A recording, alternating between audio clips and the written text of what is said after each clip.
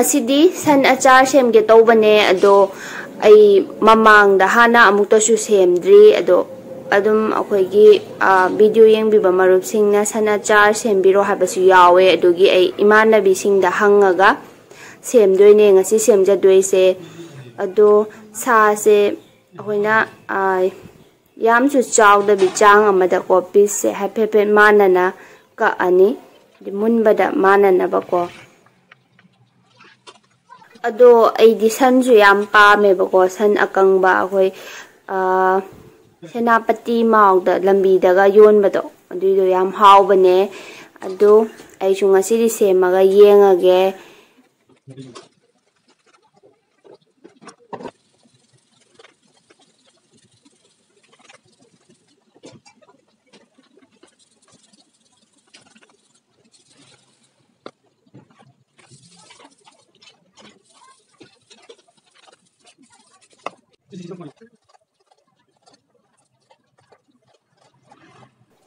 sida leire sansa do semba loire mayam ado ai san achar se semjing da mayam da kaiguma khara share tawjaramge ado mayam su hana online day shopping adum tawbiramgani ado hojik akoi covid-19 si so adum cancel ko amo aduna haidi online shopping tawbasina khara di safe oibrana khalle aduna akoi si mayam se online day lay bangak tane adu su direct akoi gi haidi Amazon Flipkart ta changa haidi lay deba akoi gi case karo haiba app se sidai changa lay bangak tane ado sida haidi grocery gi pot chupla phangye adagi lotion adagi shampoo akoi nungti gi sizina ba pot chai ngak tane si pulap laiba ya ba haidi case karo gi through dai changaga aduga aina sida kanau se atre sida kaino laira khabai laibane aduga akoi haidi mubang to bai sizina nga anoba item khar laibane badagi sigi akoi gi khang si ji do hanak nauna laibane si adu si mayam si laigan da ko haidi akoi Amazon dagi oiro adagi atopa dress laibaina haidi Myntra adagi atopa manungda case karo gi manungda site myam yawre ba ado yes karo dai sang taraga di extra mu kamani do akoida mu khara halak e bako adugi ana mayam su sigi kanabasi phangbiyu ana mayam su ngasidagi online shopping tawba matamda case karo gi through dagi oina sangaga oina tawba hobiro hojik mai amuk thagat lage haidi san se kang nangai hana masa se kang silan doine ba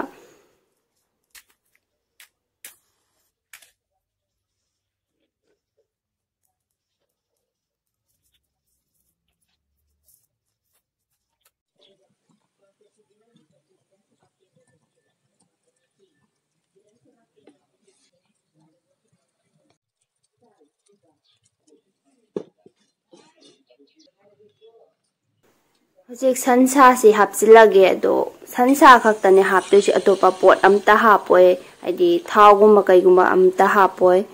aduga si akoina haidi khar toina otpirani haidi masa se napsingidana bako khangda kem yawdrimina aduga akoina thum khidang hapirani khidanga hapkhige wat tawmale thumse aduga si akoina fajana haidi totnarani thumse ado sa se hojik khidang mahi khidang thokpa haure e makhada sauri se mahi singse pulap thoandoine ba aduga moka mo masada mo pulap kangsinlandoine ba mahi se lawthokta bida adum sauhallaga adum khumma thammage adudi mayam hojik case karo si sisinaraga oina online shopping kramai tongni aduga akoida paisa kramai save tawne habado ai ujara age haiba app se download tawna ba aigi video sigi makhagi description da aina link to hapsarabane mayam aduda sangaga download tawbiro aduga case karo haiba app se sign up hek tawbaga adomna ₹25 phangani sida case karo gi home page sida shopping sites mayam laire example oina Amazon se koina search tawraga sigi orange button se nambiro aduga Amazon page si tholani side akoina lainingba pot ama hekta akoina hana laibaduga adum sapmana na pot ama laibiro aduga pot laibasigi hek confirm tawgibaga akoina case karo account sida my earning da sanga earning su ubirani sigi earning amount se adomna Flipkart natraga Amazon gi gift voucher oina onthokbirasu yare mayam sigi khudong sabase mayam su lobiyo sida layre mahi mꯌꯥꯝ thoame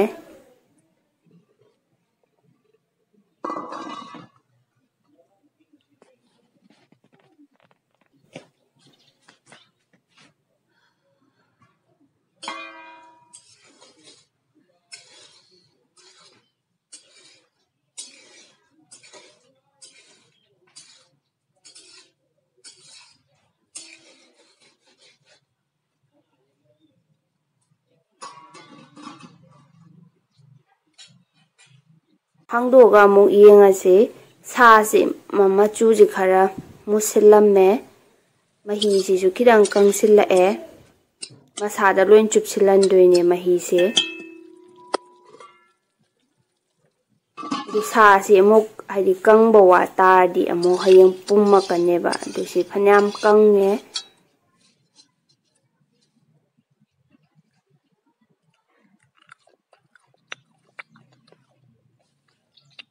haure thumso adum yare kang bai sarukudi khara wali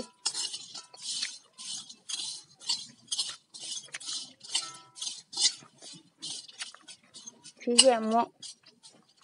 nungsada amuk phaudoine aigise ngarangi sado kilo amakhakta oibadu kangi gana yamdreba aduna aina ngasi kilo 2 amaga lorubane si ngarangi duga adum chap manana adum kanghandoini sisu sida laire sandu nahangi akangbadu sumai khata ngai hore adu sisi kupna segarani aina sida khara chu segaraga laire macha oina selaise mana khara pikna ko yamdi kuphangi dabida adum chang amada nang san chabani chate masa yaiba yandi chate piche nan maroi shoibada khujinji loin shoidat khai lairame ado sumaina si chang je adum chang amada aise nahan yaibado aduga nahan yaibaneba aduga ngaranga ngasiga haipet amuk phawdokpane nungsada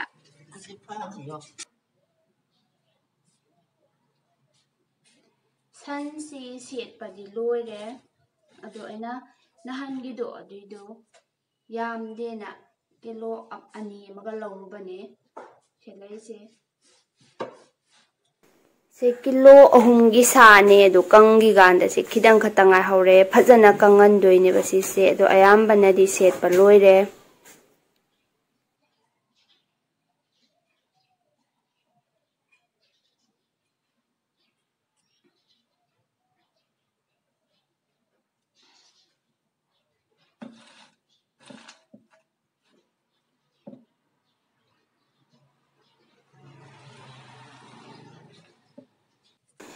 chanamga singa haptoine aigise atopa se dum hapningadi happe yai duga omurok so haptoine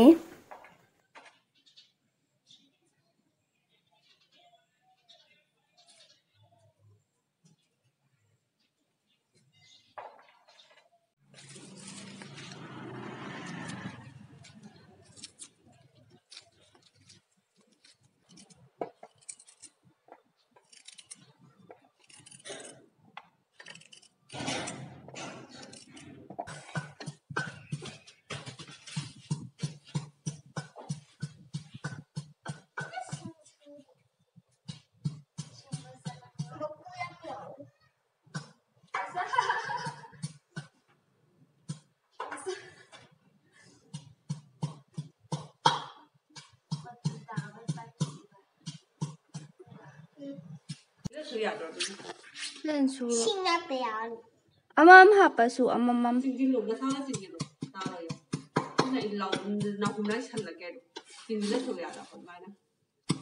mama nga no video de yaw video adu di haro to yada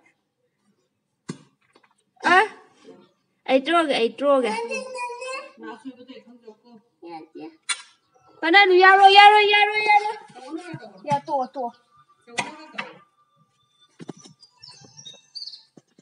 Horen tau na ay tau gan.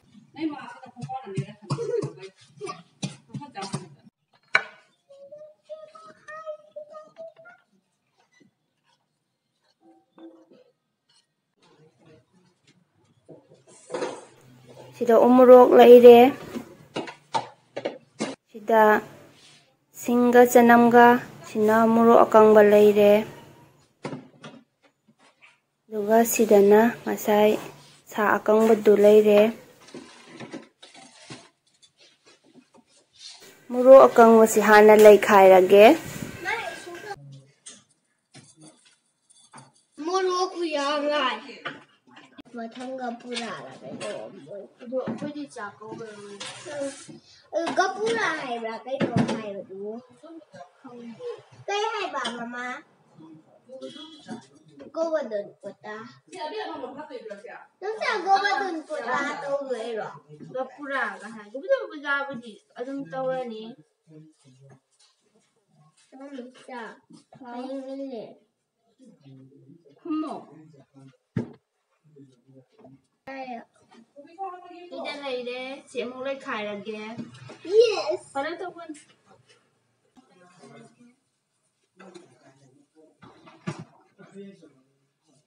Muốn lấy khai nuôi đấy. Nuôi đấy sẽ.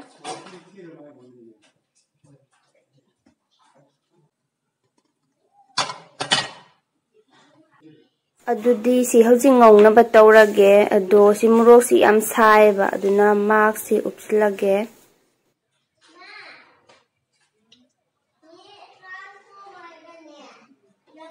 adudi housing thau da amo ngong na batawrage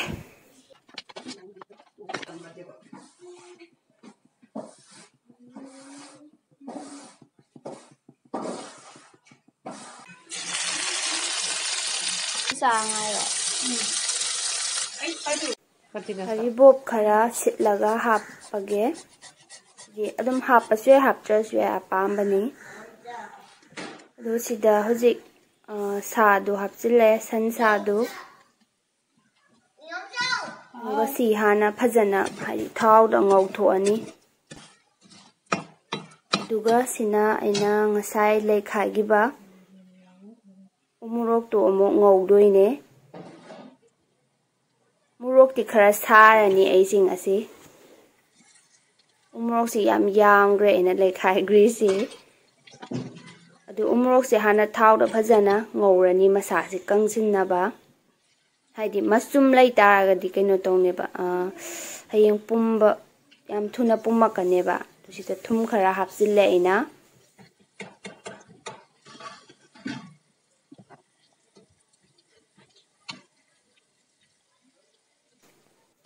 Duga sidana masai dry chili do muro akang bagi do mok semage sida leire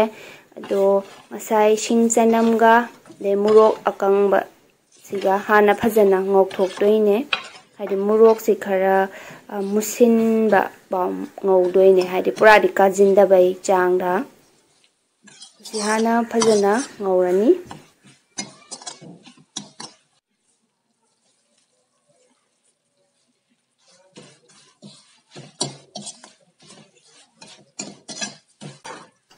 Dusi hojik yarani murok se adum ngang sille dana masak khara ado sida hojik ngasai gi san sa akang ba se hapchilani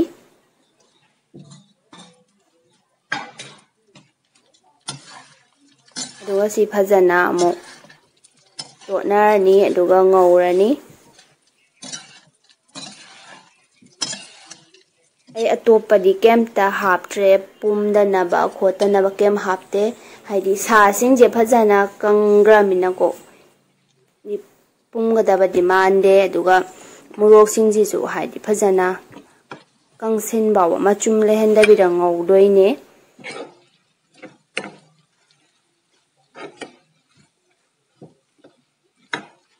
umurok ki sidi phajana sa do male umrok siam yam greng sigi adu phare sara di khara ja sana nga de kuina chatnawa murok se leire umurok ki ꯁꯤ ꯑꯃꯨꯛ ꯉꯥꯛꯇꯪ ꯈꯨꯝꯖꯤꯜꯂꯒ ꯊꯝꯈꯤꯒꯦ ꯑꯁꯣꯝꯒꯤꯁꯦ ꯑꯃꯨꯛ ꯌꯦꯡꯒꯦ ꯁꯤꯗ ꯂꯩꯔꯦ ꯁꯤꯗꯤ ꯃꯣꯔꯣꯛꯁꯤꯁꯨ ꯃꯁꯥꯅ ꯍꯥꯟꯅꯗꯩ dry ꯑꯗꯨꯝ ꯑꯣꯏꯔꯃꯤꯅ ꯌꯥꯗꯧ ꯃꯥꯜꯂꯦ ꯃꯣꯔꯣꯛꯀꯤꯁꯤꯁꯨ ꯐꯅꯌꯥꯝꯗꯤ ꯀꯪꯁꯤꯜꯂꯦ ꯃꯁꯥꯁꯤ ꯉꯥꯏꯍꯥꯛ ꯀꯪꯍꯧꯈꯤꯒꯦ ꯁꯤꯒꯤ ꯃꯣꯔꯣꯛ ꯑꯀꯪꯕꯒꯤꯁꯤꯗꯤ ꯌꯥꯔꯅꯤ ꯃꯁꯥꯁꯤ ꯂꯣꯏꯅ ꯗ꯭ꯔꯥꯏ ꯑꯣꯏꯔꯦ ꯑꯗꯨ ꯁꯤ ꯑꯗꯨꯝ ꯍꯥꯏꯗꯤ ꯀꯟꯇꯦꯅꯔ ꯑꯃꯗ ꯍꯥꯞꯆꯤꯜꯂꯒ ꯑꯗꯨꯝ ꯆꯥꯕ ꯍꯧꯕ ꯌꯥꯔꯦ ꯑꯗꯨꯒ ꯁꯤ ꯎꯃꯣꯔꯣꯛꯀꯤꯁꯤꯁꯨ ꯑꯗꯨꯝ ꯌꯥꯔꯅꯤ ꯑꯗꯣ ꯑꯩꯒꯤ ꯚꯤꯗꯤꯑꯣꯁꯦ ꯃꯃꯥꯡꯗ ꯍꯥꯏꯗꯤ ꯊꯥ ꯅꯍꯥꯟ 9-10ꯒꯤ ꯃꯃꯥꯡꯗ ꯁꯦꯝꯈꯤꯕ ꯚꯤꯗꯤꯑꯣꯅꯦ ꯑꯗꯣ ꯍꯧꯖꯤꯛ ꯐꯥꯎꯕ ꯁꯥꯁꯦ ꯄꯨꯝꯕ ꯈꯣꯠꯄ ꯀꯩꯁꯨ ꯇꯧꯗꯦ ꯑꯗꯨꯝ ꯐꯖꯅ ꯂꯩꯌꯦꯕ ꯑꯗꯨꯝ ꯑꯗꯨꯅ ꯃꯌꯥꯝꯁꯨ ꯇ꯭ꯔꯥꯏ ꯇꯧꯔꯒ ꯌꯦꯡꯕꯤꯌꯣ ꯍꯥꯏꯗꯤ ꯑꯗꯨ ꯁꯥꯒ ꯃꯣꯔꯣꯛꯀꯨꯝꯕ ꯍꯥꯞꯄꯤꯕ ꯄꯣꯠꯇꯨꯗꯤ ꯐꯖꯅ ꯗ꯭ꯔꯥꯏ ꯑꯣꯏꯍꯟꯕ ꯇꯥꯔꯦ ꯅꯠꯇ꯭ꯔꯗꯤ ꯆꯣꯠꯂꯗꯤ ꯄꯨꯝꯃꯛꯀꯅꯤ ꯑꯗꯣ ꯃꯌꯥꯝꯁꯨ ꯇ꯭ꯔꯥꯏ ꯇꯧꯔꯒ ꯌꯦꯡꯕꯤꯌꯣ ꯑꯗꯨꯗꯤ ꯃꯊꯪꯒꯤ ꯚꯤꯗꯤꯑꯣꯗ ꯑꯃꯨꯛ ꯊꯦꯡꯅꯔꯁꯦ